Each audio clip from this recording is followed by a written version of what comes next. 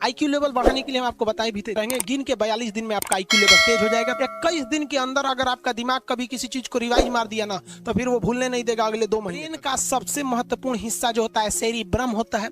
Cerebrum ही हमारी memory को control करके रखता है। जिसकी मेमोरी अच्छी होती है उसे पढ़ाई लिखाई की चीजें, हर चीजें याद रहती हैं।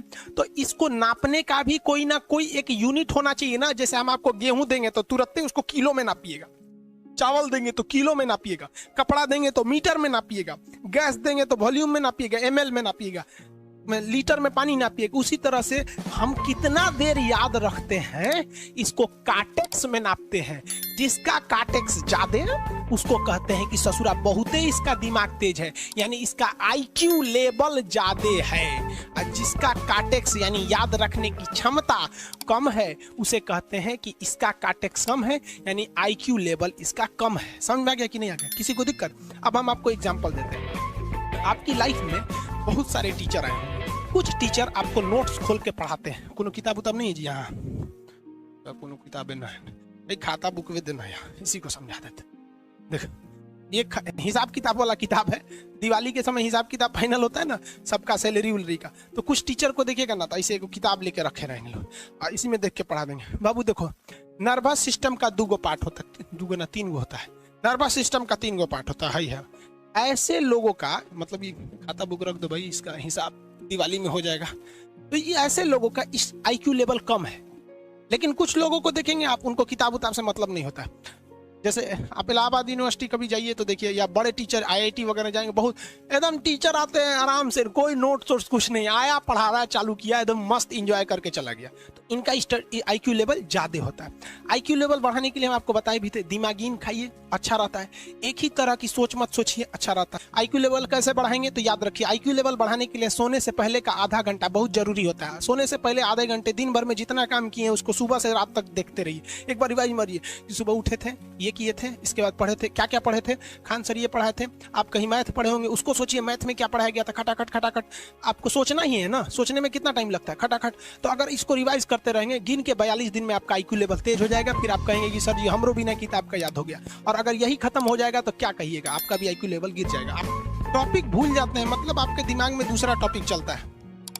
आप लाइफ में किसको किसको आई लव यू बोले हैं, कभी भूले नहीं? कौन कौन आपको मारा है या कुछ उल्टा सीधा बोला है, नहीं भूलते। रीजन क्या? आप कितनी बार किसी चीज को रिवाइज मारते हैं। 21 दिन के अंदर अगर आपका दिमाग कभी किसी चीज को रिवाइज मार दिया ना, तो फिर वो भूलने नहीं देगा अगले 2 महीने तक। यानी हर 21 दिन पे उसको रिवाइज मारते रहिए, मारते रहिए, मारते। और अगर हर 7 दिन पे मारेंगे ना तो वो एकदम फिक्स हो जाएगा, एकदम फिक्स हो जाएगा। हम लोग को क्या है भैया, दिन रात पढ़ाते पढ़ाते पढ़ाते पढ़ाते आदमी पगला जाता है। इसलिए अब कोई नींद में भी पूछेगा, खान सर स्वायत्त तंत्रिका तंत्र किसे कहेंगे? स्वायत्त में कुछ नहीं आएगा, ये आ जाएगा आपका सिंपैथेटिक और पैरासिम्पैथेटिक, बस यही आ जाएगा। क्यों इतना जल्दी जल्दी जल्दी जल्दी रिवाइज मारा आदमी कि ये हमारा सब कॉन्शियस माइंड में घुस गया है। सब कॉन्शियस, देखिए कॉन्शियस माइंड उसे कहते हैं जिस पर हमारा कंट्रोल रहता है। जैसे हमसे कोई पूछेगा कि आप भी अगर पूछेंगे कि खान सर जो 1 हफ्ता क्लास नहीं लिए थे कहाँ थे, तो हम सोचने लगेंगे ये स्टूडेंट है, इससे हर बात क्या बताएगा आदमी कि किस डॉक्टर के पास थे, कहाँ गए थे। नॉर्मल बोल देंगे बाबू थोड़ा सा मेडिकल हेल्थ इशू था इसलिए चले गए। लेकिन अगर मम्मी पापा पूछेंगे तो हर चीज बताएंगे। तो जो चीज हमारे कंट्रोल में नहीं रहता है वो उसे क्या कहते हैं, सब कॉन्शियस माइंड। जैसे कोई हमारा नाम पूछेगा, खटाक से बता देंगे खान सर, समझ में आ गया कि नहीं आएगा? ओरिजिनल नाम तो आपको भी नहीं बताते हम लोग यहाँ पे। तो सब कॉन्शियस माइंड में घुसा दीजिए। जो चीज, जैसे आप स्टेशन पे उतरिए या बस स्टैंड पे उतरिए, अपने घर जाने के लिए कभी रास्ता याद किए हैं? हाँ, इसके बाद दाहिने मुड़ना है, बाएं मुड़ना। आप फोन पे बतियाते भी चले जाते हैं। तो जब कभी किसी चीज को बहुत बार रिवाइज मार देते हैं तो वो चला जाता है सब कॉन्शियस माइंड में, फिर आपको याद करने की जरूरत नहीं है। सपना कैसे आता है? जब आपकी नींद अच्छी नहीं होती है तब। नींद प्रॉपर लिया कीजिए, नींद में कोई कमी नहीं आनी चाहिए। आप जिस दिन बहुत ज्यादा थके रहेंगे उस दिन कोई सपना नहीं आता है। हम लोग का जब ऑफलाइन क्लास रहता था, सुबह 7 बजे से रात 9 बजे तक पढ़ाता था आदमी, जो ने करवट सोता था उधरे उठ जाता था, सपना का नाम ही नहीं आता था। समझ में आ गया कि नहीं? जब भी आपके बॉडी में ऑक्सीजन की कमी आएगी वो चीज दर्द करने लगेगा। जैसे आप दौड़ेंगे तो आप सांस ज्यादा नहीं ले पाते, ऐसे लेते हैं तो बॉडी में सांस नहीं पहुंच पाता और हाथ पैर में आपके लैक्टिक एसिड जम जाता है, जिसलिए दर्द करने लगता है। तो जब कभी भी मेहनत करने लगेंगे या फिर दब हो जाएगा तो ब्रेन दर्द करने लगता है। दूसरा, कोमा क्या होता है? ब्रेन हमेशा वर्किंग करते रहता है। अगर वो रेस्ट में चला गया तो उसी को कोमा कहते हैं। अब परमानेंटली रेस्ट में चला गया तो मरिए जाएंगे। बेहोशी में क्या होता है कि ब्रेन और स्पाइनल कॉर्ड का संपर्क टूट जाता है। ब्रेन और स्पाइनल कॉर्ड का संपर्क टूट जाता है तो उसी को क्या कहते हैं, बेहोश हो गया है।